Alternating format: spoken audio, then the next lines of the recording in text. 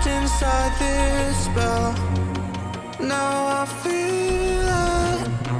Now I feel it. Your demons drag me close to hell. I can feel them. I can feel them pull me down. You won't ever let me leave you. You make these nightmares come true. My heart is in the ground. You fucked me up. I'm feeling close to hell.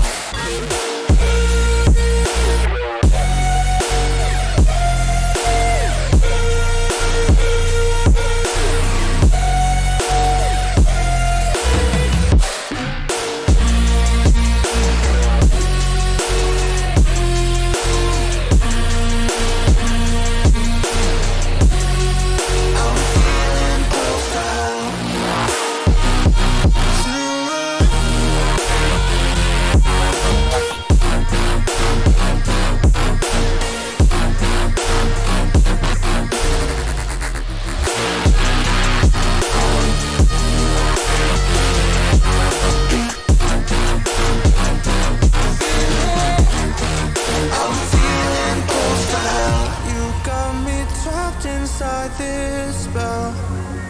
Now I feel it.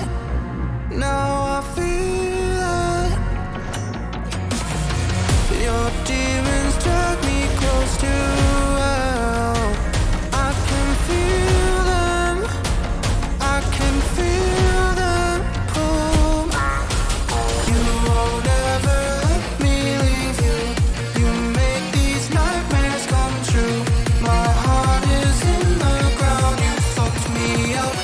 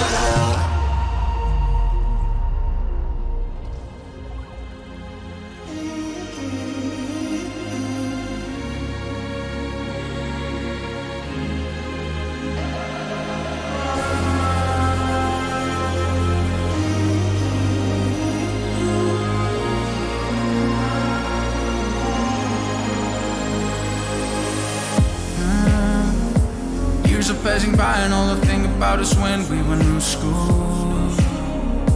Flipping off police, drinking beers underage in a swimming pool.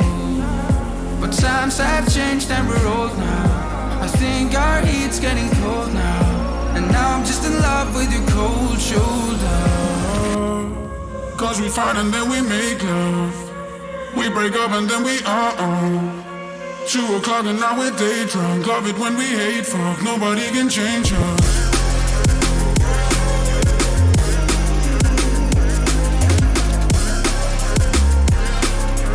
Love it when we hate fuck. Nobody can change us.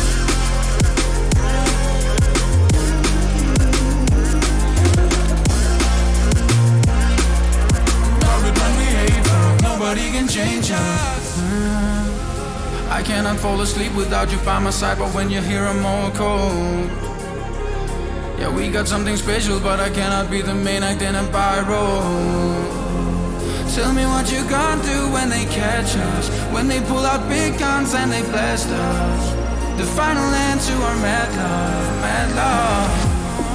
Cause we fight and then we make love. We break up and then we 2 o'clock and now we're day drunk. Love it when we hate fuck. Nobody can change us. When we dance and then we fall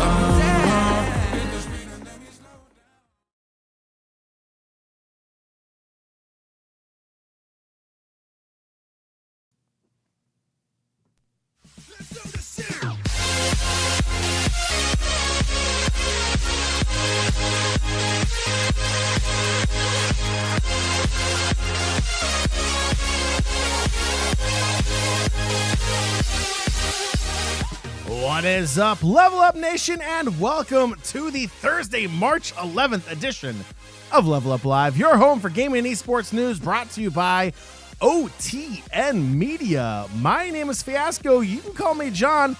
The dude next to me is back from a sweaty day in the Dagobah system. It is the king of the courtside. What's up, buddy? Wow, I did not expect that entrance, sir. It has been a crazy week. Not quite as swampy as that system in particular, but there's been a lot of gaming and esports news, as well as just busyness with life, John. I feel like we both have had a very long work week as well. It's been an awful work week. In fact, I'm applying for a new job tomorrow. Let's just leave it there, Joey. Nation, make sure you follow the show on social media. Talk about a cliffhanger. On Twitter and Facebook is where you can find LvLUp Live. You can find it at LvLUp Live. That spells out LvLUp Live. It's our cool way of doing it. And while you're on Twitter, why not give Joey and myself a follow? You're watching here live on Twitch. You're listening on the podcatcher of your choice down the road, which means you can find them in the show notes also, so you know exactly where to find our handles. So make sure to give us a follow as well while you are on there. And speaking of the podcast version, Joey, rumor has it we do have a podcast version of the show. You can catch it live here on Twitch, or you can catch it at your convenience on a podcast. It's beautiful. LvLUp Podcast is available on Spotify, iTunes, Google Play, and Stitcher. And since you're listening to the podcast version, we have one favor to ask of you. Not only do we appreciate you taking time out of your day to listen to our show during your convenience, to catch you up on all the latest and greatest in gaming and esports news. It's an absolute pleasure. I'm sure I speak for Joey on this, to come to you guys twice a week, talk about gaming and esports, something we both love, absolutely passionate about it. So what we want to do is we want to make the show the best version of itself for you, our listeners and viewers. So feedback is always, always welcome. If you're listening to that podcast, please leave us a review and leave us some feedback, and we would be very, very appreciative. All right, Joey. It is Friday Eve for me and possibly you. This might be our Friday. I think we're both taking a 3-day weekend after a very busy week, Joey. What are we talking about today on the 11th of March edition of LvLUp Live? Absolutely, guys. Tonight we are diving into some esport roster changes as well as some acquisitions. Then from there, we're going to look at some new partnerships and investments, as well as talk about Roblox going public this week. We're going to jump into Xbox Bethesda Part 2, kind of continuing what we talked about on the Monday episode, especially with the roundtable discussion happening today between those two parties. Then from there, we're going to take a little bit of a turn and dive into a few new accessories coming to Xbox as well. Again, I know, a little Xbox heavy, but we'll cover those pretty quickly. And then we'll jump into Panicking Pat's favorite, EA Gate, which is currently going on surrounding FIFA Ultimate Team. And quite a bit more, John. We have Nintendo World opening up soon, so we'll touch on that a bit. Some LEC and LCS and all that good stuff as well. I'll be 100% honest, Joey. I fully expected you to be decked out in your Xbox propaganda for tonight's show. There it is. There you go. That is what you call co-host synergy, or someone who's been exposed to the Xbox propaganda for way too long, and it's very predictable. All right, Joey, we have a lot of topics today, and yes, I think I agree with you when I was going over our show notes for today. It is very Xbox heavy, but rightfully so. But Joey, before we can even dive into the bubble bath that is Xbox and Bethesda, let's go ahead and hit on our drink of choice, sir. What are we going to start our weekend off with in this episode, Joey? What is your beverage? John, I am celebrating tonight. Celebrating the acquisition of Bethesda by Microsoft and Xbox. I am drinking some Blanton's bourbon tonight. Blanton's bourbon. This is not your regular wagon wheel whiskey or whatever it's called? No, sir. This is the top shelf bourbon to celebrate. Oh, okay. Well, Bloody Comrade. It's back. Copper mug. Beautiful. Belvedere vodka. We're going fancy if you want to talk. Now, remind me again, what makes it bloody? It's a hibiscus ginger beer. Hibiscus ginger. So it makes it red, which, fun fact, is the color of human blood. I don't know if you knew that, Joey. Red is the color of human blood. I have heard of abnormalities with that. Generally, it comes with a illness or disease. I mean, technically, blood is like blue, isn't it? But it turns red when it hits oxygen. Joey, have you ever seen blood when it doesn't hit oxygen? It's red. Touche, sir. We're just leaving it there. I don't need your... Joey, you're already having a good enough day today with all this Xbox news. I don't need you to win everything. Joey, we have our beverages, we have our topics. Let the pain and suffering begin. Joey, let's get right into gaming and esports news. Absolutely. So, guys, one of the things we try to do here on Level Up is keep the news lighthearted. We do dive into some deeper topics now and time again. But overall, we do try to keep this a happier show, diving into the I guess the better parts of gaming and esports, as there are scandals that come up here and there. There's a number of other things going on. We've covered especially women in gaming before and some of the insults that they have, especially in voice chat and games. Like Valorant has been a bad one. Overwatch has had some difficulties in the past in that area. League of Legends, I feel like, hates anyone, regardless of gender or any particular category you want to go with there, race, gender, anything. Pretty much anyone on the Rift is a target in that game. But overall, one has come out in particular this week, and that is around Sinatraa, John. Jay Sinatraa Wan, former MVP, as well as, I believe, world champion at least once, maybe twice, of the Overwatch League with the San Francisco Shock. His ex-girlfriend, Cleo, has come out and stated that she was sexually abused by him or sexually harassed, depending on the way you look at the statements and the definitions between those two. And this is just a terrible thing, John, just in general, even apart from gaming and esports. The fact that anyone has to go through this in any kind of relationship should never be the case to begin with. But I think in particular, we need to cover it, one, for Cleo's sake, but also for the fact that this is something that a lot of people are taking in a different way. I don't know what you've seen on Twitter, but I've gone and just some of these comments are absolutely absurd. Like some people will go into these comments and be like, he's a pro player. He's so good at Valorant. He's so good at Overwatch. It shouldn't matter what he does off of the virtual field or whatever. Like that's not how life works, people. Like regardless of how good you are, whether you're an athlete, whether you're an esport athlete in this case, I mean, you could be a musician, a book writer. I really could care less what your profession is. You don't really get any type of pass in the sense that you should be able to go out and treat people however you want to. Now, again, there's a bit more of a line when it comes to a husband or wife or girlfriend and boyfriend, because obviously relationships are a little bit different in that sense compared to just meeting a random person. But that still does not give anyone the right to interact with another person this way. It needs to come down to communication. When someone says no, it means no. And it sounds like, again, regardless of which side you're taking here, I personally think Cleo has a lot of good evidence stated here. She's got audio recording. She has text messages. I believe Discord messages were in there as well. And she's been planning to put this out for quite a while. But again, anyone who's a victim in a situation like that also feels hesitation. Part of that being fear, part of that, it's hard to explain the feelings, especially as someone like myself who's not been in that situation. I think there's a lot of hesitation as well too. You don't want to hurt that other person's image. You don't want to hurt your own image. You kind of feel bad against yourself in a sense in those situations, feeling like some of it's your fault. Partly due to the way your significant other or this particular person involved, even if it's not a relationship, and depending how they treat you, you can kind of take more self-blame on that issue. But I think it's something we need to address on the show, John. Again, it's not one of those happier pieces, but it is one of those things, especially with the way people are reacting online, that it's like, guys, take a step back. This is a lot bigger than just gaming and esports. You know, it's troubling. It's a pattern. You know, it really boils down to one thing, and that's respect.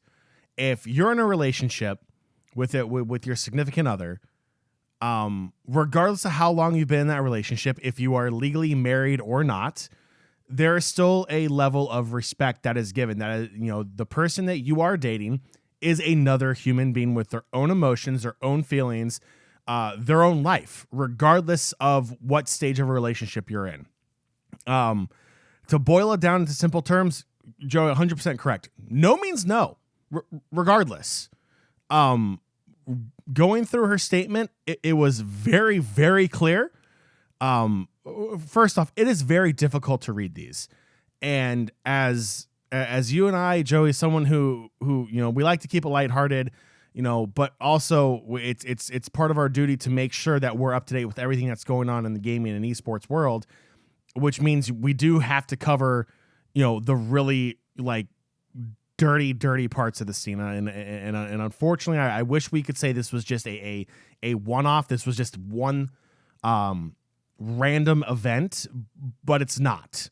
And to even try to play it off as a random event is a disservice to the victim. In this country, there has been a horrific history of ignoring the victim. when it comes to sexual assault allegations. And I'm not just talking on an esports level. College campuses are famous for this. It's a constant topic on there as well. There needs to be a change in society, and I'm glad to see that a lot of people are coming out and saying, hey, look, she has a valid claim. She has the evidence. She has the right to tell her story. She has the right for closure. She has the right to come out and do what she's doing. As for social media, it is a cesspool. Social media is a toxic cesspool that rivals that of League of Legends. And I'm trying to make a joke because it's very difficult not to get upset when talking about these topics. It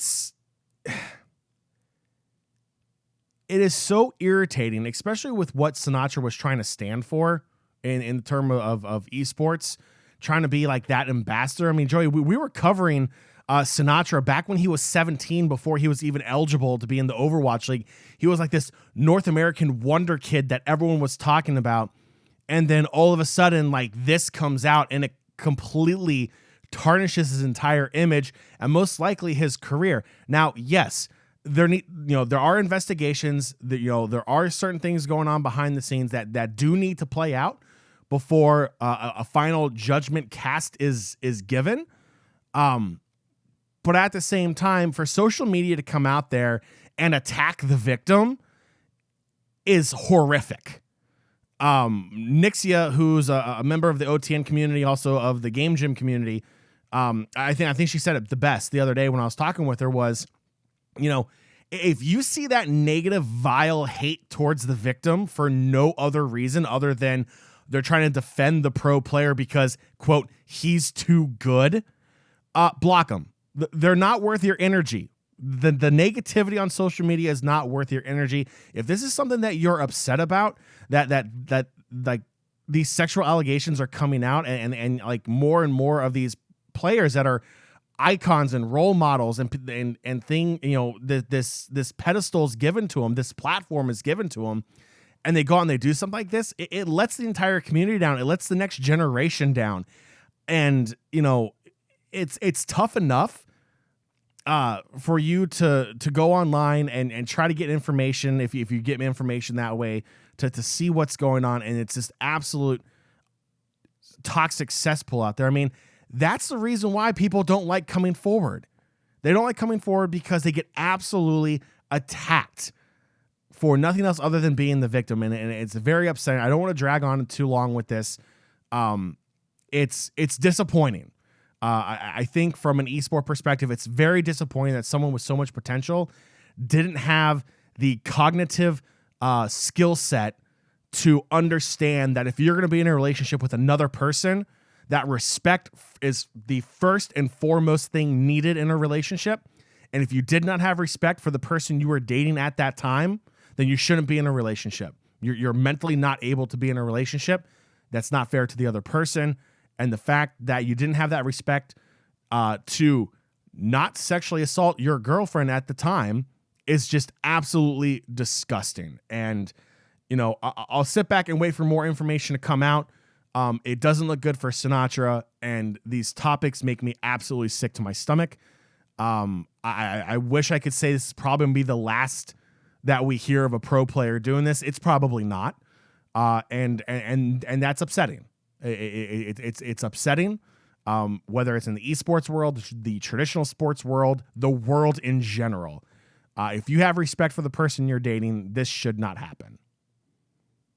Yeah, absolutely. And I think that's the summary here overall, guys. Like, whether you're a pro player or a pro level player, whether you're an Iron 4 noob like John and I have been at times, regardless of what level of skill you are, or even if you game or not game at all, it comes down to just respecting one another, putting one another above oneself, being respectful of their wishes and their thoughts. And that's the biggest issue here, is the fact that, at least given the allegations, it doesn't sound like that was the case in this particular situation. Like John said, we'll wait until everything plays out to fully cover the story. But at least from everything we've seen so far, from Cleo's statement, from the evidence she posted as far as screenshots go and clips, I think a lot of people will tend to head the direction of Cleo here, given all the preparation in that statement.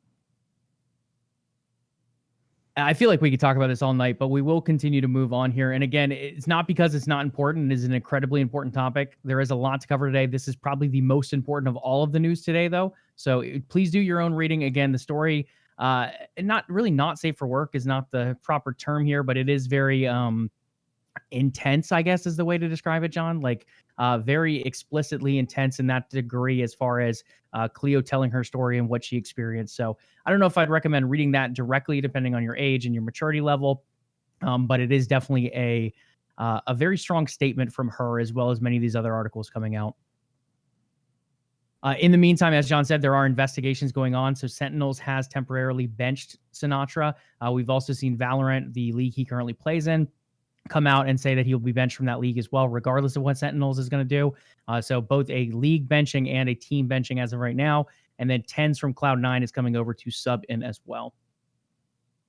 So we will continue to follow that. But for now, we're going to dive into the rest of this news. And guys, if you have any questions or you want to talk about this further, feel free to DM us on Twitter as well. We have an email that I actually don't remember off the top of my head. So just go ahead and DM us on Twitter if you have any other questions, either John or I personally, or the LvLUp account as well. We'd love to answer whatever questions and support whoever we can in that sense. Okay, my throat is already burning a little bit. This bourbon is already nice and potent. Industry acquisition. So another Valorant move coming out here. We have Excel adding former G2 esports star David P as their new Valorant player and captain. Overall, John, I don't know if you've had the chance to see David P play. In my opinion, he was the one that kind of brought about Battle Sage at the beginning of Valorant scene. When it originally launched, he was that G2 player who was playing Sage and playing her quite aggressively, always coming up, always finding those early tags. When you saw a lot of teams and a lot of healers kind of play back in the back, playing for that more defensive style, looking for those heals, looking for those utility walls. David was one of those players who would run up and lay the wall aggressively, who would play super aggressively on angles with his own shooting. And he did a really good job with that. And that was one of the reasons we saw G2 really dominate the scene early on. Since then, David's gone through some changes in his play style, changes in his life as well, and he's decided to move on from G2 as they've replaced him on the roster. Now he gets that fresh start. Again, incredibly talented player, in my humble opinion, moving over to Excel, someone who's just kind of getting their Valorant roster off the ground in a sense, and now David P will be captaining that team. I personally have high expectations. I think he's an incredibly good player, and I think seeing his leadership style on G2 could translate very well into a captain role as well. Yeah, absolutely. He's super talented. I think another thing that went into his playstyle change was the fact that Riot nerfed Sage into the ground, it feels like. Her wall doesn't come up as much. Her heal doesn't come up as much. It just feels like, it's a completely different play style. They definitely want her to be more of a support player. They definitely don't like Battle Sage, just like Blizzard doesn't like Battle Mercy. They're supports for a reason, apparently. But yeah, I'm excited to see David P come back in this sense with Excel. I think he'll be very cool, and can't wait to see what he does with the team. Absolutely. And then from that roster move, we move into Epic Games, who acquired Mediatonic and Fall Guys last week, I believe. Now they have come out and purchased Capturing Reality. Those of you who don't know what Capturing Reality is, they're most known for their reality capture software. Go figure. It allows users to translate photographed objects and environments into a digitized version of a scan of that particular object using photogrammetry. So when you look at it overall, John, I think one of the big things to look at here is just Epic Games not only investing in more games like Mediatonic and Fall Guys, but looking further into development software as well. This is like the third investment I believe they've made that kind of plays into, in a sense, Unreal Engine. They could integrate this technology into that. They could use it for their own games in particular. The way Epic typically works, though, I think this is a move that it either is going to go straight into Unreal Engine or it's going to somehow enhance Unreal Engine with some kind of package that gets sold to developers. And I think it's a really good move overall by Epic once again.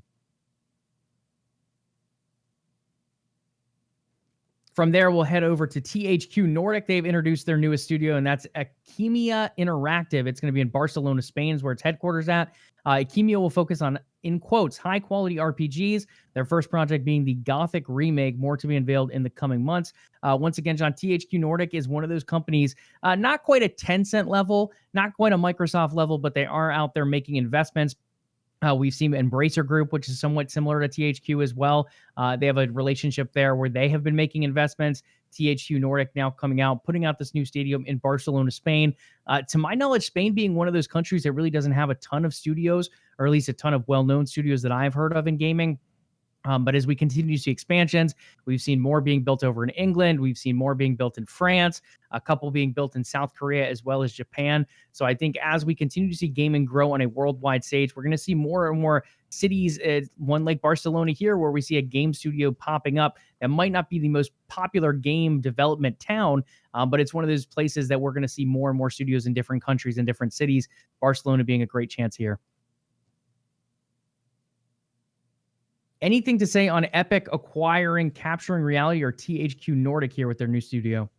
No, Epic's just really trying to play catch up with everyone else being acquired.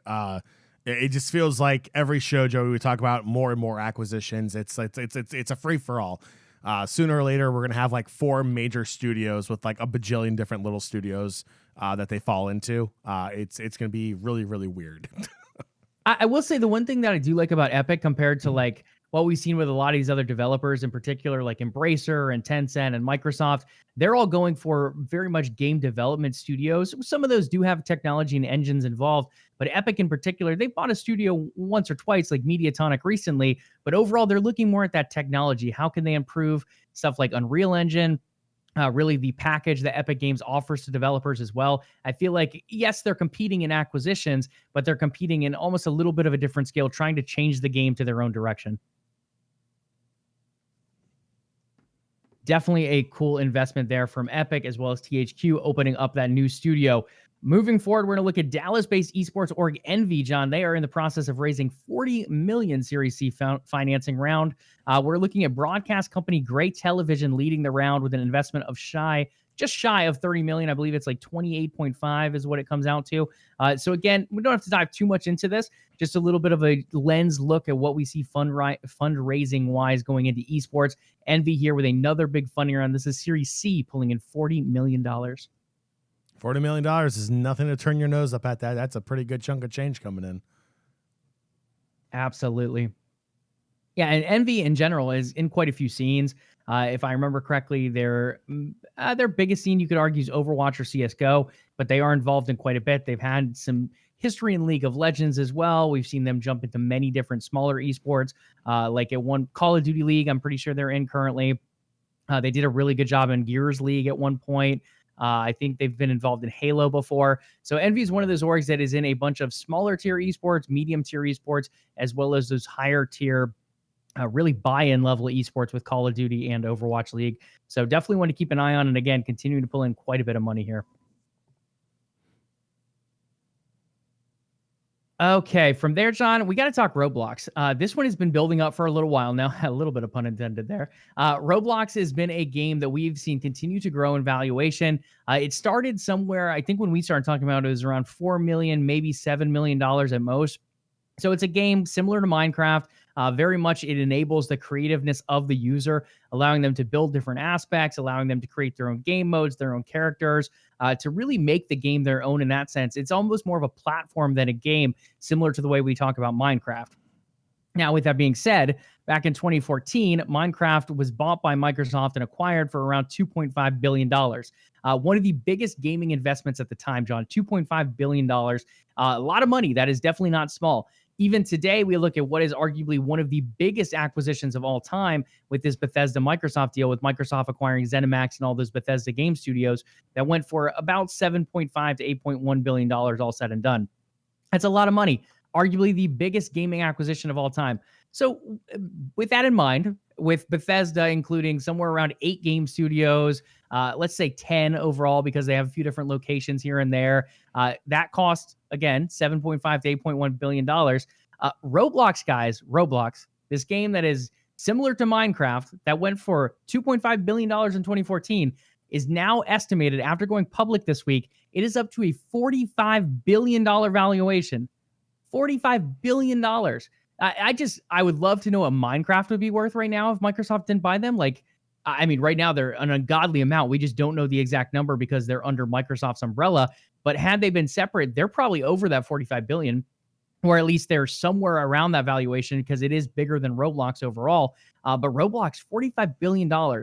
We talked about Minecraft. We talked about the price that was purchased for. To throw out a few more comparisons before I turn over this to John, Electronic Arts, EA, all those big sports games, you have Jedi Fallen Order, a number of other big titles under them.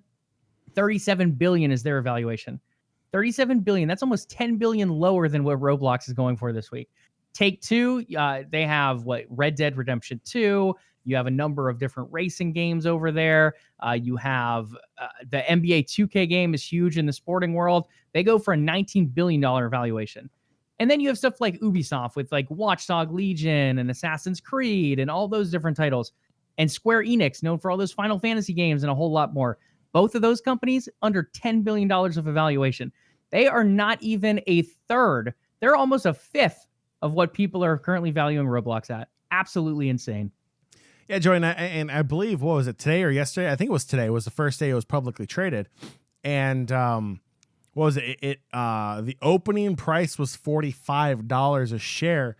And let me go ahead and I think it's like 70 something now, 75. It is at $73.64 after hours. Within the first hour, it jumped up $5 in share price. So it's booming. A lot of people saw this coming. It's $45 was a generous start. I think everyone saw this going up, and it's going to be right around $75, and rightfully so. I think it's great for Roblox. $45 billion valuation. That seems ridiculous, especially when you have all those different comparisons. So they'd be like, oh, EA 37, Take-Two 19, Ubisoft and Square Enix under 10 billion. And you're sitting like, how can Roblox be at 45? It's a massive game. It's like right there with like Minecraft in the sense of like its dedicated player base and its ability to be absolutely like this platform for development and experimentation and just kind of your imagination. I think it's fantastic. And those kinds of games, even though they're not like graphically like insane, they're very basic and they're very user friendly and really allow that imagination of the user to really run wild. Yeah, absolutely. Now, I do think something is off here. 45 billion seems like a lot of money to me. So I think it's either one or two. And again, the public can decide this. And you have stuff like GameStop going on. So who really knows what the stock market is doing right now? But overall, 45 billion seems a bit high to me. When I'm looking at it overall, I feel like either A, Roblox is overvalued right now, or B, every other gaming company is undervalued. Again, Electronic Arts, 37 billion, Take-Two, 19 billion, both Ubisoft and Square Enix under that 10 billion mark. So with the way gaming's going right now, being a lot higher than music, blowing movies out of the water, being higher than sports on a lot of valuations, gaming and esports is huge right now, especially with everyone locked indoors. It saw a huge increase overall. A lot of people thinking that could drop off in 2021. So far, if anything, it's just gotten stronger as we've went on. Now, as vaccines get distributed, maybe we see some of that fall off. Personally, I think you get a little bit of a dip here and there, but I do think overall, a lot of those people who, whether became more established gamers during this time, or maybe they invested more into the gaming economy, I really think it just continues to go up long term. Maybe someone's not going to hop on every night because they're not locked indoors, because they're going to go hang out with friends here and there later on in the year. That could be a possibility, but I do think anyone who logged in for the first time is going to come back to that console, to that mobile game, to that PC game, whatever they were in. I do think that's here to stay. So I do expect gaming to continue to go up. Again, 45 billion seems a little ambitious to me, in my humble opinion. But overall, I would not be surprised if we eventually see a lot of these other companies like Take-Two and Square Enix, etc., continue to grow their valuations as well with how well gaming is doing overall. So keep an eye on that one, guys. Again, Roblox hitting and going public this week, now up to a $45 billion valuation on the stock market. Other news. So we talked about it a lot on Monday, John, and that is the Xbox Bethesda deal. It was looking like it was going to wrap up. EU had given their say. Now we finally have the regulatory bodies in the US giving their say as well. So regulatory reviews are done. Contracts have been signed. I's have been dotted. T's have been crossed. It is done as of Tuesday. Bethesda has officially joined the Microsoft Xbox family. They did a little bit of an announcement on Tuesday. They came out with a small video. It was kind of like a let's call it a history of Bethesda video, a little bit of a look at some of their games they developed, how they started and where they got to where they are today. Then you had a blog post coming out from the head of Xbox, Phil Spencer, as well, kind of going through what this partnership means on a, let's say, a high level in a sense, like looking a little bit of what this means in the short term. One of the big reasons it came out that way is they haven't had a time to discuss yet. When these big legal proceedings like this go underway, Again, the parties do have a discussion at some point where they say, hey, I want to be acquired. Okay, we're going to go ahead and buy you. And they have that negotiation. They decide on a price, etc. But one of the things they can't do while this is going on is they can't decide on specifics. So if John's Bethesda and I'm Microsoft acquiring him, I can't say, hey, John, we're going to buy you in 6 months. I'm going to make all of your games exclusive. I thought you were making some kind of hand gesture at me. I was like, John, PG show. So I mean, overall, it's one of those things that they weren't really able to talk about stuff like exclusivity. They couldn't really talk about like what kind of shows we're going to do once we're acquired. They can't even talk about like, are we going to move employees from studio to studio or have studios assist one another or share technology? Nothing like that can really be discussed too well during the proceedings. So now that that is all over, all of these discussions can start. And we got a little bit more of a clarification on some of that today with the Xbox Bethesda roundtable discussion.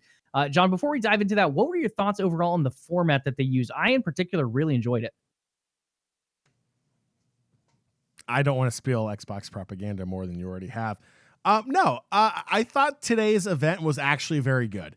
I think over the past 3-4 months, we as gamers and people who enjoy gaming news and gaming presentations and events, if you will, have been let down by the industry.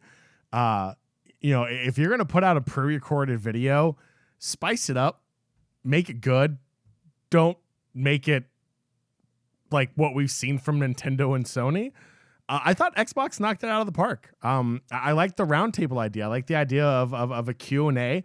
I like the fact that they answered and asked a lot of the questions that the community wanted to know.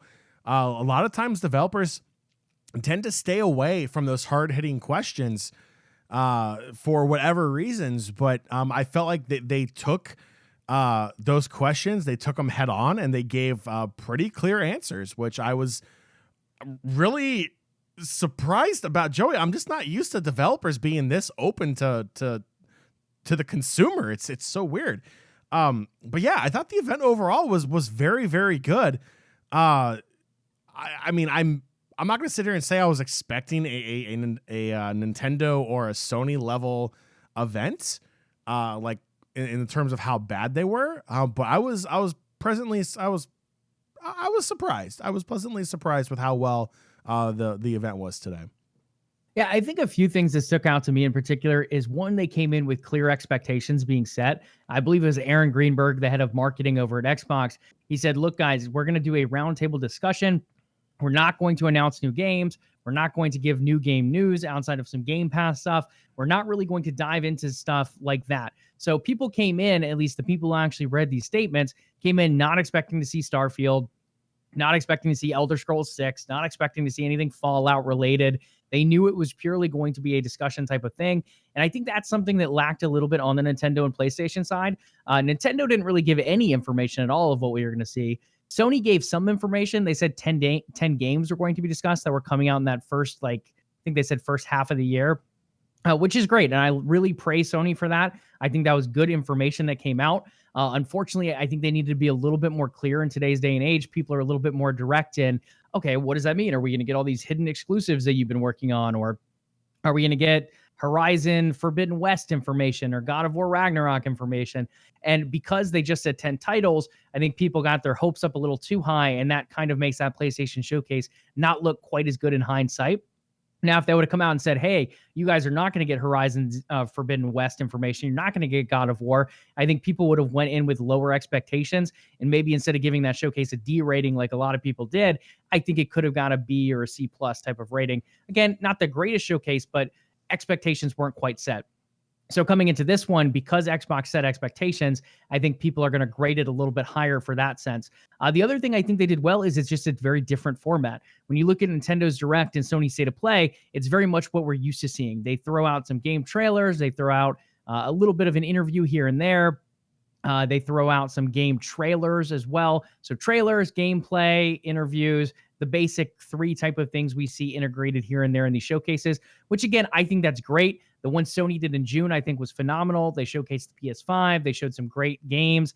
The one Xbox did in July, I really enjoyed it as well. And those are very game heavy. They show trailers. They show gameplay. This one in particular, though, John, and maybe it's the whole quarantine thing going on right now, But the idea of people actually in person and discussing things, sure, they were socially distanced, they were 6 feet or whatever away from each other. But I think seeing people actually on the same stage, actually discussing these things in person, gave it a little bit more liveliness than just like 6 people on a webcam, for example. So I think that also played into the format and the fact that people are just hungry for that in-person interaction right now. They weren't there on stage with them, but seeing these people talking in person kind of does hit some of that nostalgia in a sense from this past year. On top of that, I just really liked it. As someone who really, and I know you're the same way with lore in that sense, I love the idea of hearing about game development too. Like, what are the studios working on? What do they expect to benefit from being acquired by Xbox? Is it purely just going to be same old, same old? Are they looking forward to having more money from Microsoft? Are they looking at, I don't know, talking to the coalition about the way they use wall mechanics in Gears of War? Like, I love hearing about some of that stuff and some of the aspirations these developers have. So I think that was a really cool insight that we don't necessarily get a lot of the time in the industry as someone on an outsider watching these presentations. Yeah, that's actually one of the things. I'm glad you brought it up. That I really enjoyed.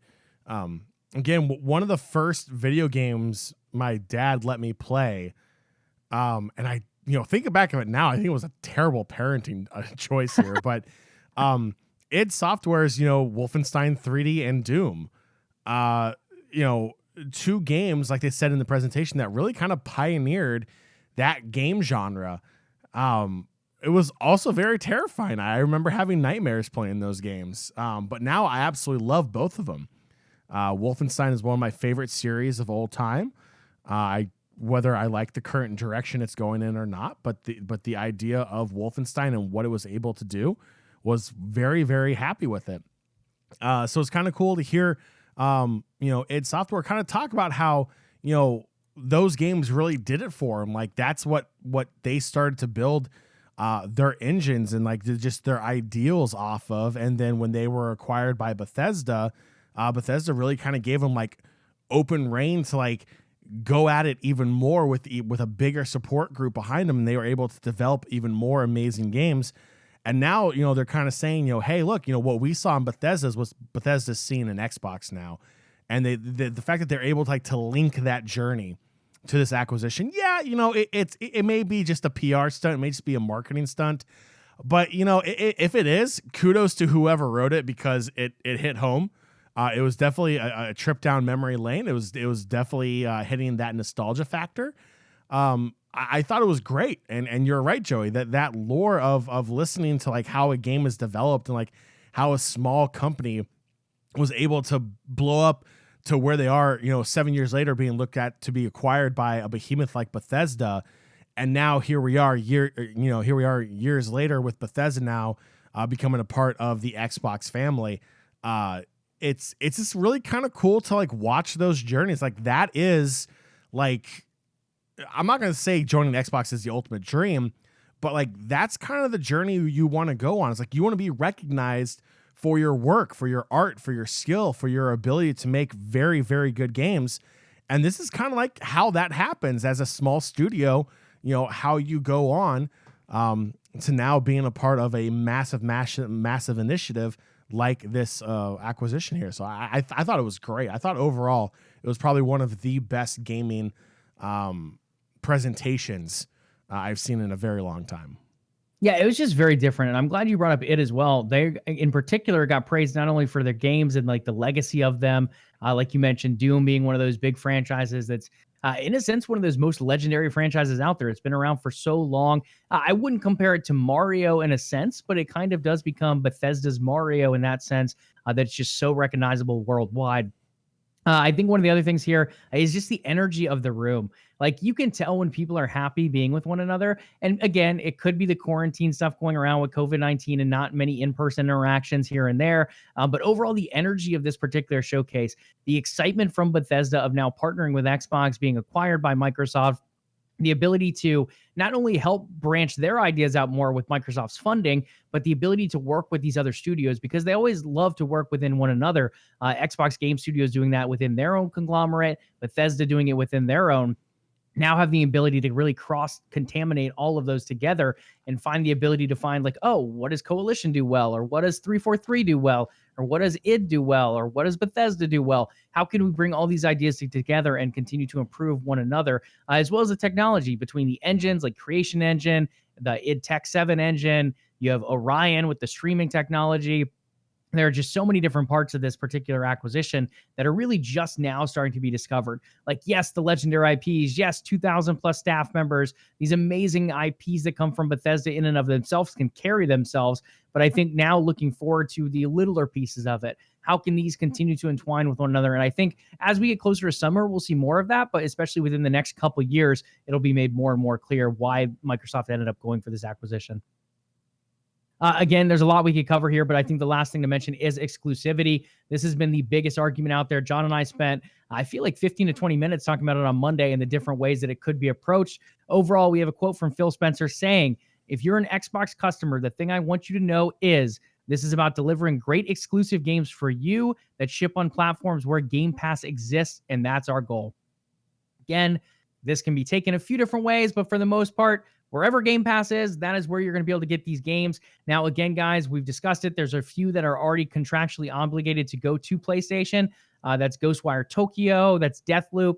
Both of those will be honoring their contract. Microsoft will honor those completely. So it'll be, I think, 1 year exclusivity going to those platforms.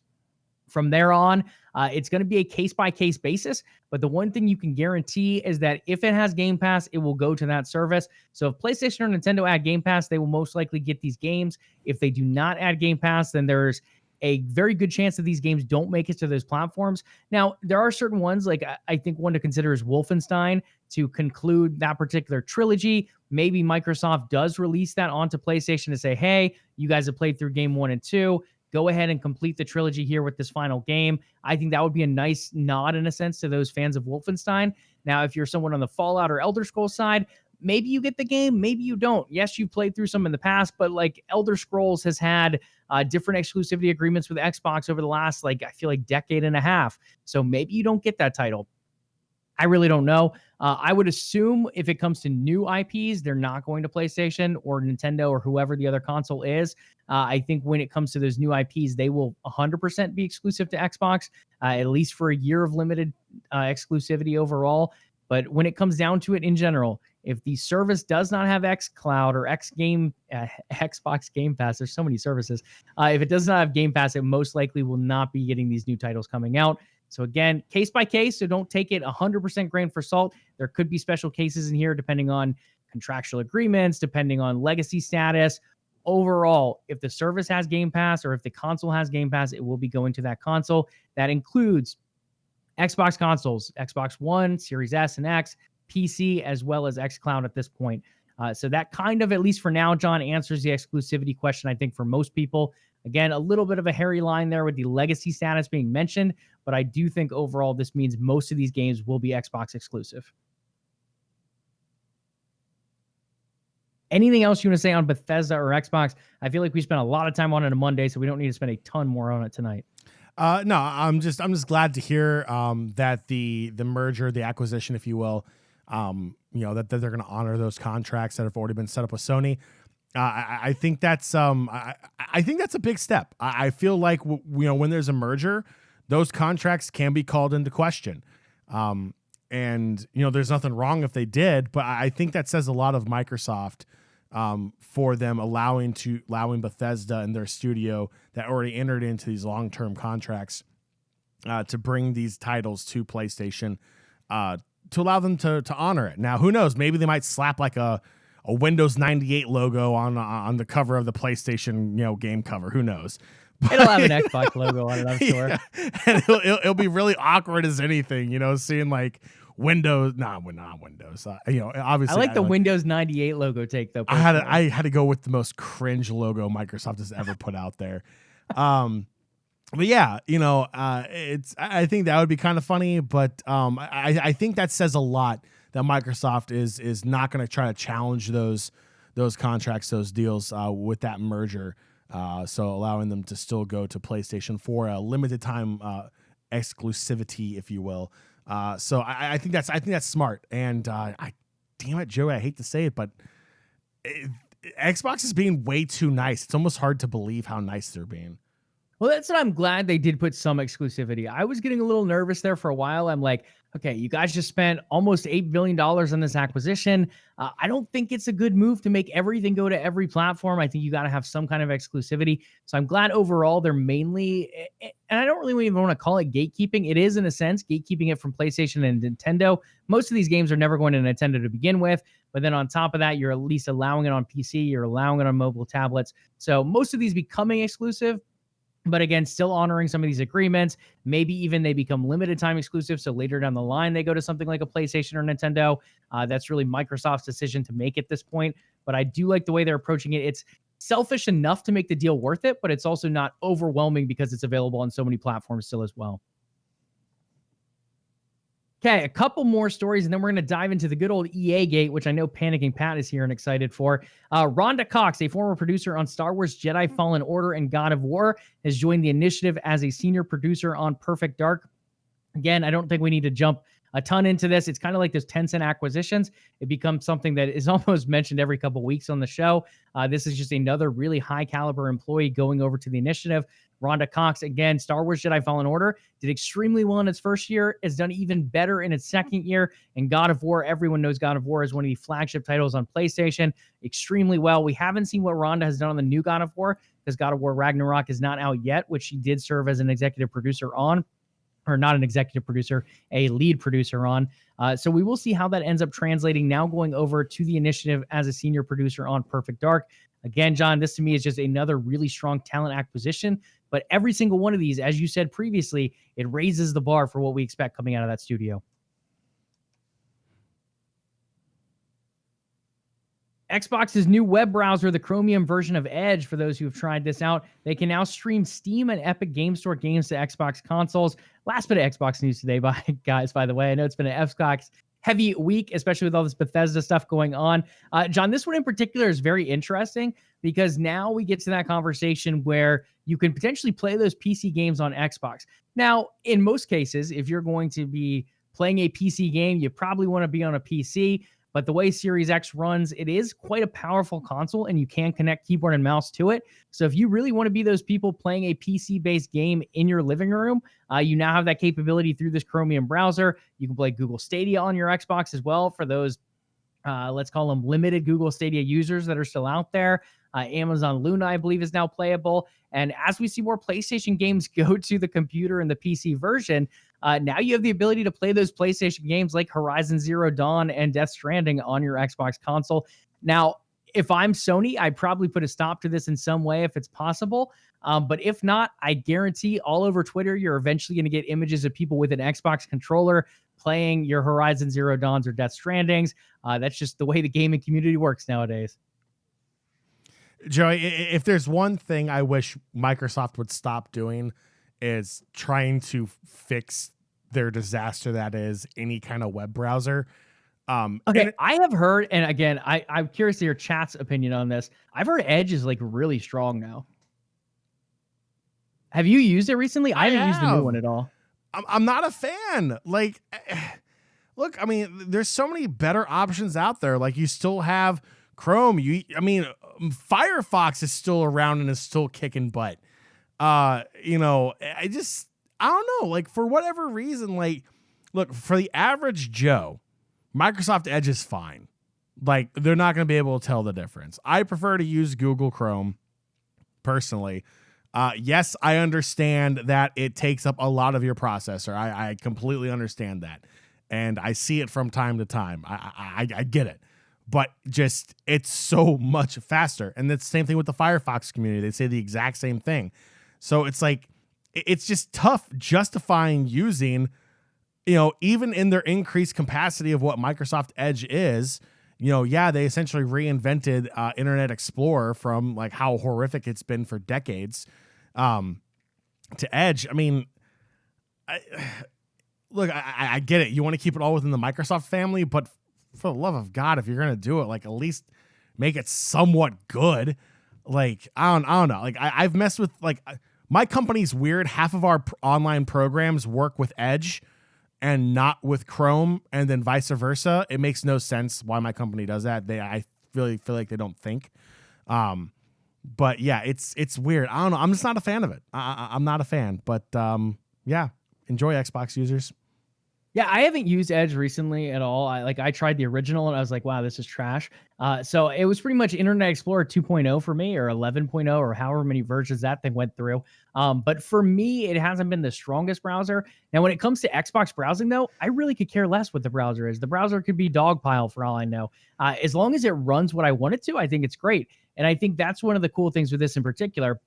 You're giving people something that they didn't have. If I'm going to use an internet browser to search something, I'm just going to use my phone. Why in God's name would I go in there and use my Xbox controller to type in something and search for it? If I just want to Google, I don't know, who's the voice actor of said character in this game, I'm going to do it on my phone. Or I'm going to say, hey, Alexa, nope, none in this room. But you know, you get the gist. I'm not going to end up using my console to search for these things.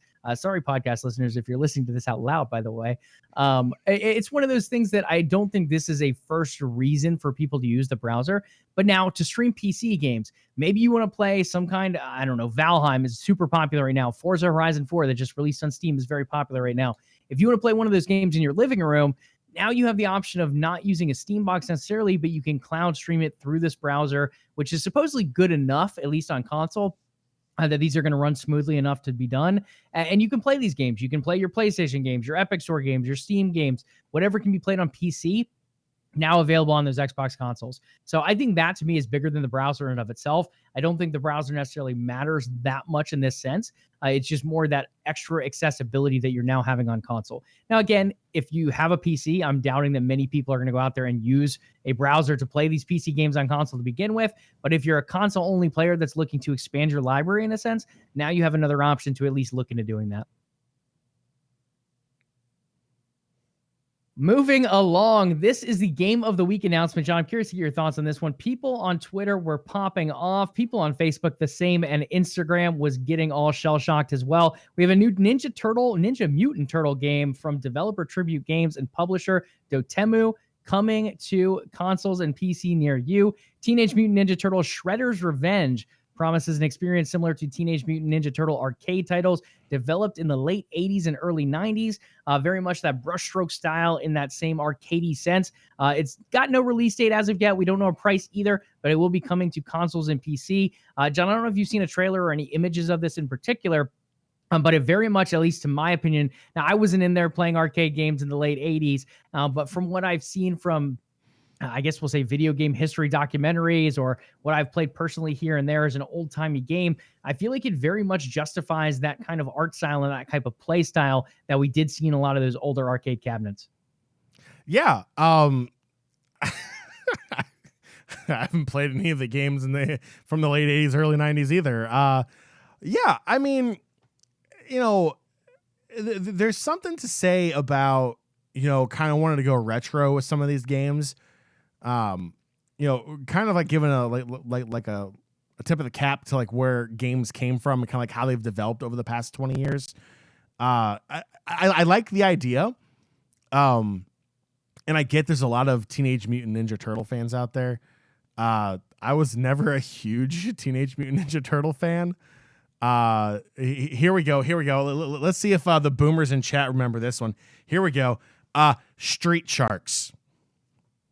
Anyone remember Street Sharks? Probably not. I have no idea. I think it only lasted like 2 seasons. It wasn't good, but it was awesome. That was kind of like the thing that like blew Teenage Mutant Ninja Turtles out of the water, no pun intended, or out of the sewer in that case.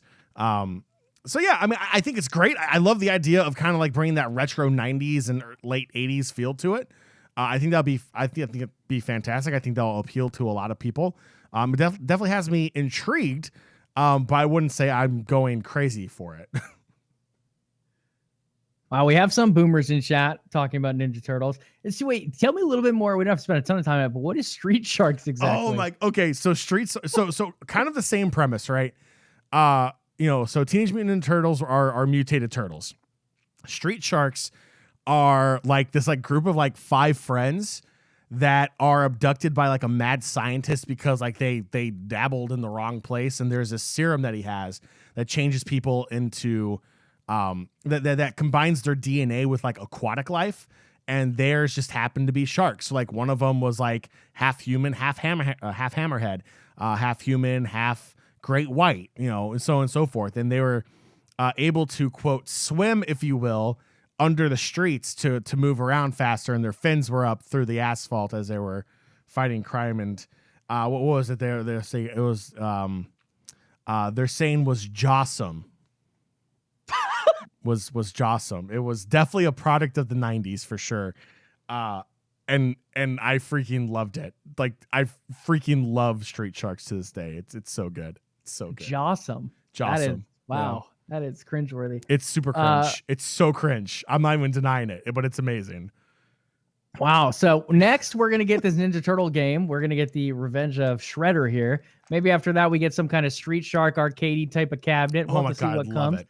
That would be a fun re-release to see come out of that one in particular. But yeah, if you guys are interested, if you like these old-timey arcade games, Battletoads was one that came out recently. I don't know if it actually took place in an arcade, but very much that similar arcadey-based style. That one's on Game Pass as well. It seems like this is going to be the next in that genre. We also had Blizzard Arcade that got announced at BlizzCon, kind of more arcadey style games coming out there as well. Well, I feel like I have to bring an image up because please, let's see a Street Shark. I have to see one of these. It is so good. Hold on, this is so. I'm gonna pull it up on YouTube real quick. Hold on, because I feel like that'll give you a better overall view, and it's perfect because like it will be funny when this channel gets copyright striked for a Street Shark song. That would be classic. Well, I'm not gonna play the song for sure. I don't know. I think that's a ban worthiness. You think that's? I gotta find the part where they. Oh, hold on a second. Where they actually morph into the sharks, because I think that was like my favorite part, because they're like. Oh wait, what? They're like people? They're humans, and then like the virus takes effect or whatever, and like the bad guy, like they break off the table, and they inject the bad guy with the stuff too. Here, hold on a second. This is taking a turn, ladies and gentlemen. But there were 4 bodies. So now we're going to get a little clip of John's Street Shark here before we hop into some EA Gate news, talking about that good old FIFA stuff. Hey there, visitors. Okay, it's coming up. It's so good. You another good ozone-depleted, carbon monoxide-filled morning. Oh my God. Benz, are you there? It's definitely a 90s cartoon. Yeah, Lena?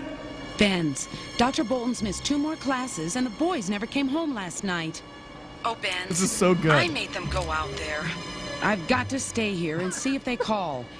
Can you? Take a spin around the city? Sure, no problem. Sure you're not too busy? Huh? Not anymore. Okay, so here they are. They're washed up after escaping the laboratory. Oh, my head. Hey, guys. Everybody okay? Barely. Anybody else as hungry as I am? Here it goes. Oh. My hands.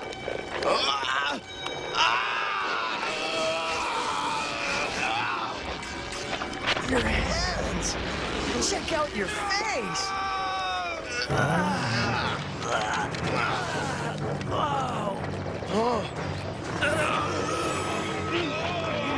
Pat, do you know this show in chat?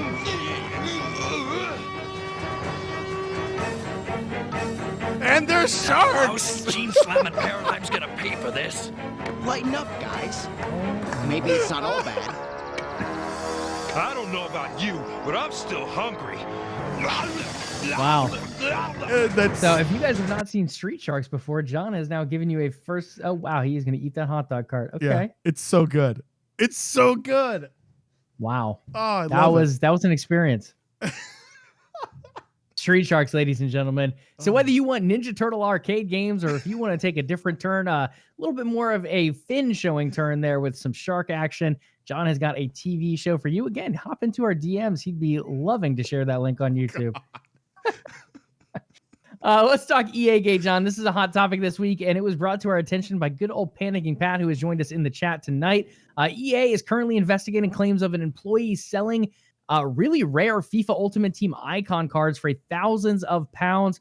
Pounds, for those who don't know, that is a English currency, similar to what we call dollars over here in the United States. That's a lot of money, guys. We're talking FIFA cards from these virtual packs that people are paying for or earning in game.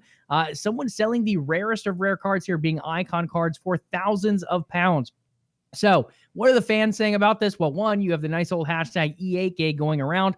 On top of that, fans are arguing that if the allegations of these card sales are true, then it devalues the effort and money that they have spent in pursuit of upgrading their own Ultimate Team rosters, uprooting the balance and economy of the whole game as well. EA has not had a good time with loot boxes, John. They ended up getting a lot of heat for it back when Battlefront 2 came out originally for that Star Wars franchise. Then they've gotten a lot of it from a bunch of different other games as well. They have the whole thing going on right now about their sports games and I believe it's like the adjustable difficulty, where it will adjust depending on how your style of gameplay is currently going. If you're playing really well, it'll argue that you should increase your difficulty. If you're playing really poorly, then it's going to decrease it as well. One of the arguments there is that it encourages players to spend more to get over difficulty barriers. So more people are going in there and buying these packs. On top of that, there's the addictive mechanic that is argued that is almost a sense of gambling in a sense. When it comes to these Ultimate Team packs, people are like, "Ooh, I'm losing to this team over and over. I can continue to practice, or I could pay more money and hopefully pick out a better player to improve the synergy that my team currently has." A lot of people do end up going in a sense that pay to win route where they try to overcome some of these obstacles, even if it's just for a temporary amount of time, where they will pay that money, find that better player, extend their contract, and try to get things done in game. But, John, that whole system is undermined, regardless of money being spent and how you feel about that in general with microtransactions being a big question and concern really with class action lawsuits going around right now. Regardless of that, if some employee from your company is over here undermining that whole pack opening system and directly delivering particular cards, especially high value cards, to people for monetary payments, that is not a good situation. So looking at this overall, John, I'm curious to get your thoughts, which I think I already know the direction they're coming. I do just want to note that, again, EA is at fault for some of these mechanics. Their employees selling these cards. I don't necessarily think we can fault EA for that one in particular, but I do think this employee is going to have a very rough road ahead if they find out who it is. If EA does not hire Boba Fett to go find out who this person is, and like they need to be fired in a heartbeat. Like that's not even a question. And I mean, if you're EA, there's nothing you can really do to fix this. It is such a mark on your organization. Yeah, we get it. It wasn't you as a company doing it, but it's someone you hired that represents your company in good faith. And that problem is that person obviously does not have EA's best interest in mind. They're selfish. They are breaking rules. And they have just ticked off one of the largest gaming communities in the world. FIFA is absolutely massive. Ultimate Team is absolutely massive. EA has come under criticism, like you said, Joey, and rightfully so, with their difficulty benchmarks, kind of forcing you to buy more packs to try to gamble to get better players.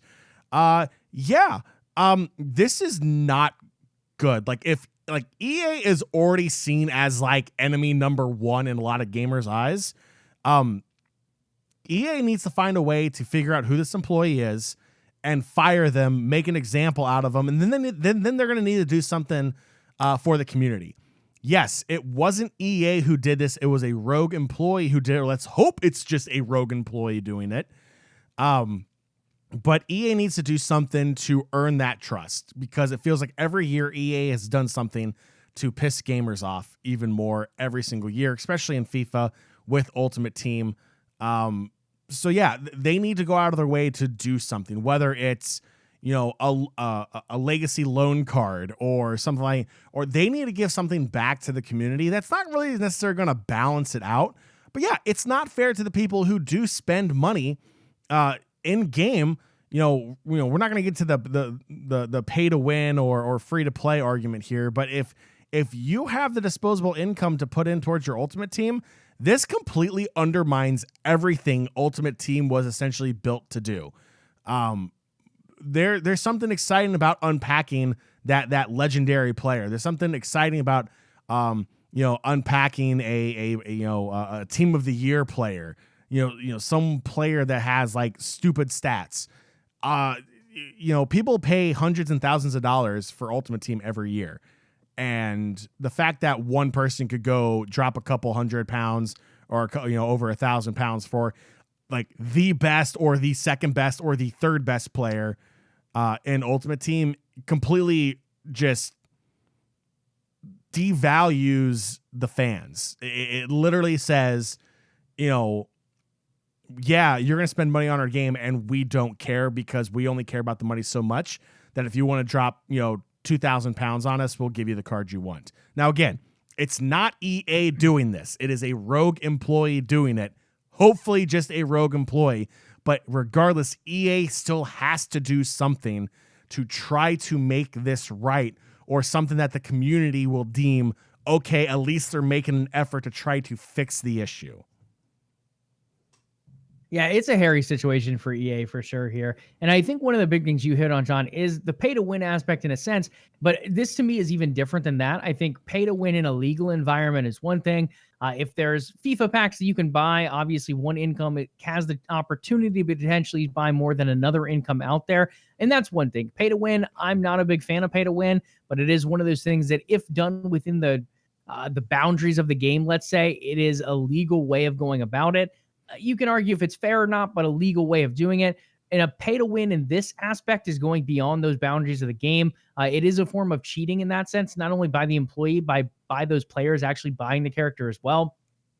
Everyone who plays Ultimate Team knows you have to open up packs to get players.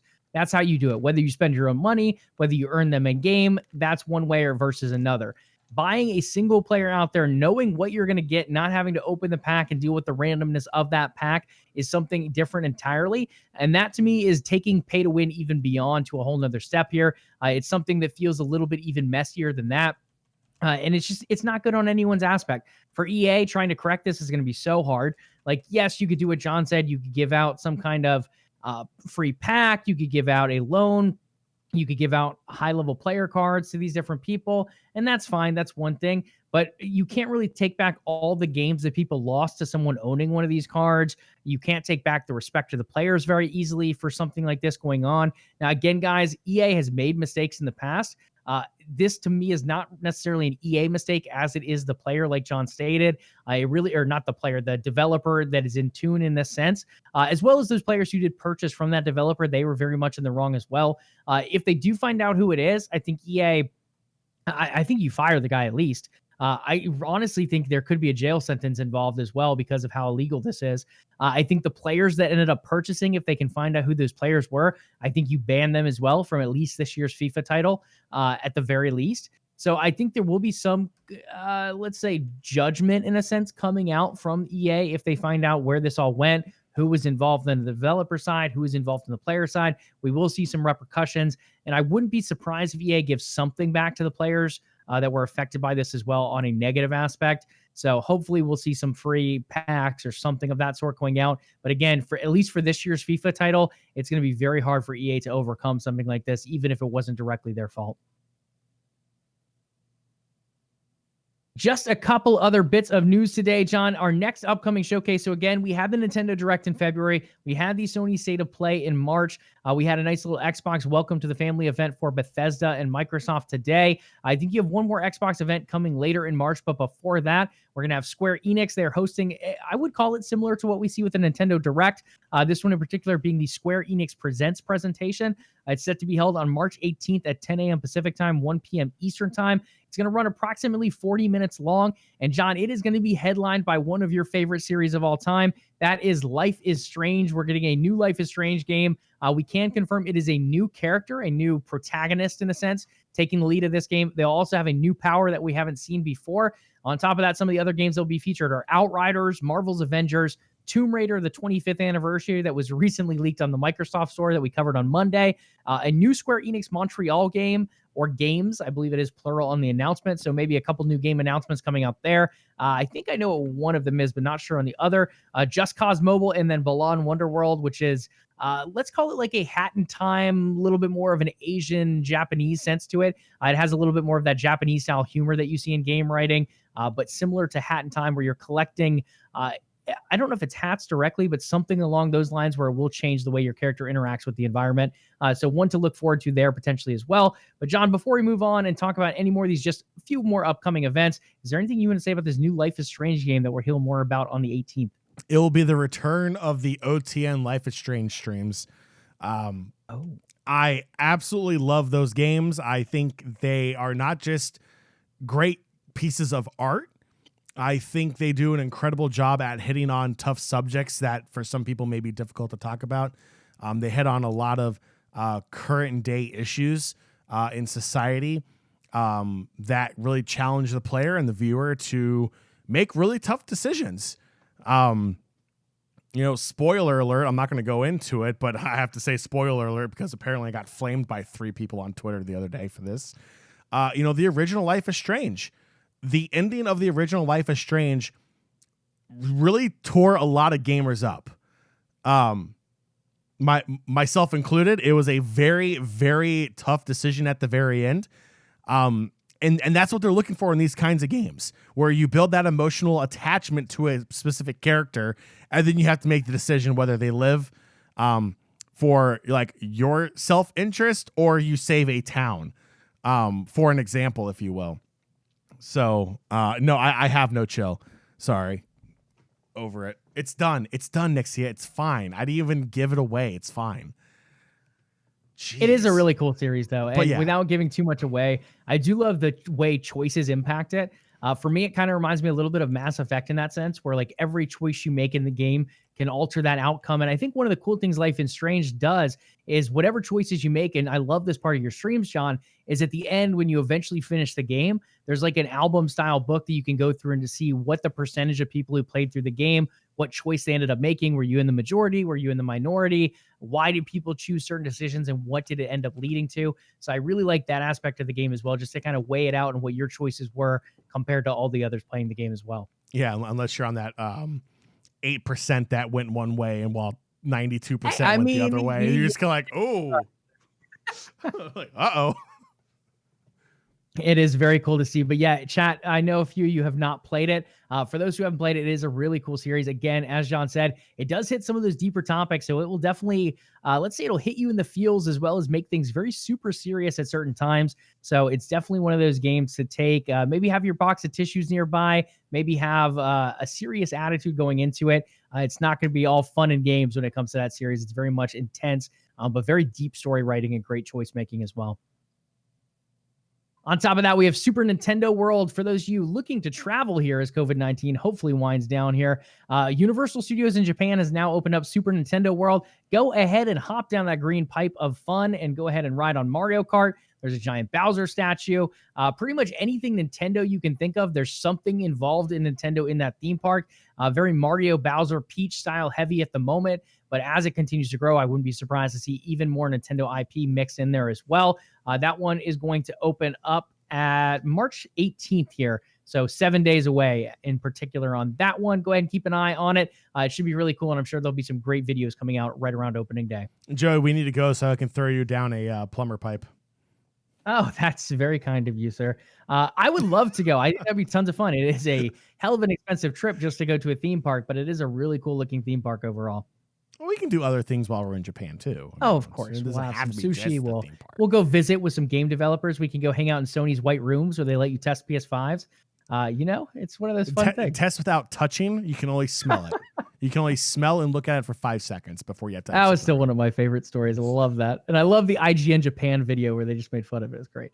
LOL's Wild Rift, for those mobile gamers out there looking to get that MOBA touch on a mobile platform, you can now do so in LOL's Wild Rift, coming to open beta to the Americas later on this month. A little bit later than we expected. At least I think, John, you were running around the same window. We were expecting early January. It dropped in, I believe, Asia and Europe by early December. I think it was out in all those places. So with Riot Games being based here in North America, we are expecting a little bit of an earlier beta, but in fact, we are going to be the last beta round coming out here, and that will be dropping late March on March 29th in particular. Couple other things here. We have NBA 2K news, and John, you can elaborate on this a little bit more. Season 4 draft is on Saturday at 7 p.m. Eastern time. We're looking at a 300-plus player pool coming into this with 62 roster spots available. You and I, both being local to DC here, are super big fans of WizDG, the champions of last season. For those who don't follow the NBA 2K League, should be really exciting to tune in, and I'm excited to see how this ends up going. I think the draft in particular, whether it's sports, whether it's esports, this really being the only esport title that I know of that has a draft like this, I think it's really fun to watch to see how teams end up strategizing for the season ahead, what players they end up taking, and how that'll eventually will build and form into what could become a champion team like WizDG did last season. Yeah, and this draft pool is not just one of the largest draft pools they've ever had, is one of the most diverse draft pools they've had as well. There are players representing 5 countries eligible. I believe I needed to pull this up here real quick. There's over 10 women gamers eligible as well in this pool. So, I mean, and it's really cool. It's really unique that the 2K League does a draft like this. You know, every season, a team can retain 2 players, and then the other 4 get put back into the draft pool. Now, teams can retain more at the expense of losing draft picks. That's what we saw with WizDG coming off their championship run. They retained 4 players. WizDG are going to have 2 draft picks. But to put how big of an emphasis this is on the draft, WizDG in season 2 finished about mid-tier in the entire league, but it was kind of a disappointing play off of their season 1 performance where they made the playoffs. So last year they had the number 1 overall pick. They drafted JBM and they went the distance. They won the championship last season. So the number 1 overall pick can be a massive game changer for your organization. And this year, it's Lakers Gaming that has the number 1 overall pick. Lakers Gaming really kind of struggling in the 2K League. They have that Lakers name on them, but they're definitely not living up to LeBron standards as of yet. So they're hoping to find that diamond in the rough like WizDG did last year to hopefully turn their organization around. I'm going to be watching this Saturday, Joey. I think it's a really cool spectacle that they do, and I can't wait to see who makes it into the league. Absolutely. So if you guys are interested in that, especially sports fans looking to get more of an esport perspective, definitely worth checking this one out. Again, that season 4 draft this Saturday, as John said, 7 p.m. Eastern time. I think that just about wraps up today's news. We are going a little bit long, John, but I think we should just briefly touch on the LCS and LEC before we wrap up today's show, those being kind of our premier esports, since it's been a little bit more of a gaming heavy week. We've covered a few roster moves, a few acquisitions here and there, but Xbox and Bethesda definitely stealing the show, both for Monday's episode as well as a significant portion of today's episode. But we're not going to leave our esport fans high and dry. We've done some roster stuff. We're going to do a little LCS as well. John, what do our standings look like in the LEC? I believe they're heading into their next Super Week this week. Yes. So just real quick, G2 in first place, 13-2. Rogue in second, 12-3. Mad Lions and Joey's Fnatic, 9-6, tied together in third place. Fifth place is SK Gaming, 8-7. Sixth place with Schalke finds Misfits, 6-9 each. Eighth place, Excel, 5-10 is their record. Ninth place, Team Vitality, 4-11, and Australis all the way down, lonely, all alone, number 10, 3-12. My current Rift ranking myself, my record there. So Australis, don't feel too bad there. You're essentially a Plastic 4 team. Congratulations, Joey. So yeah, those are your standings going into it.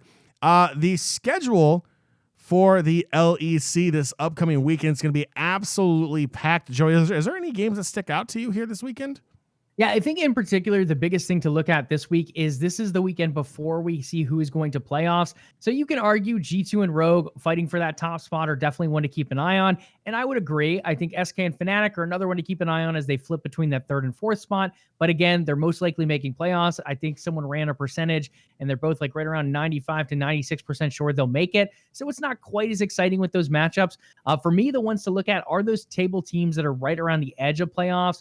People like your Misfits, your Schalke, not really Mad Lions either, maybe a little bit of Mad Lions, but Misfits and Schalke in particular, XL being another one right around that type of the table. So I think any matchups between those in particular are the ones to watch. Misfits in general, I don't think plays any of those teams except Mad Lions. Just checking. Yeah, so they have a tough match against Fnatic. They have a match they should win against Vitality, and then they're up against Mad Lions. If Misfits can pull a win there, that definitely increases their chance of making it into playoffs. If they can't win against Mad Lions, it significantly hinders that chance as well. When you look at some of these other ones, it's a similar case too. So for me, the teams to watch this week, regardless of matchup, are your 5, 6, and 7 seed teams. Who is going to end up getting those 5th and 6th playoff spots? I think that's the biggest question mark going into this weekend.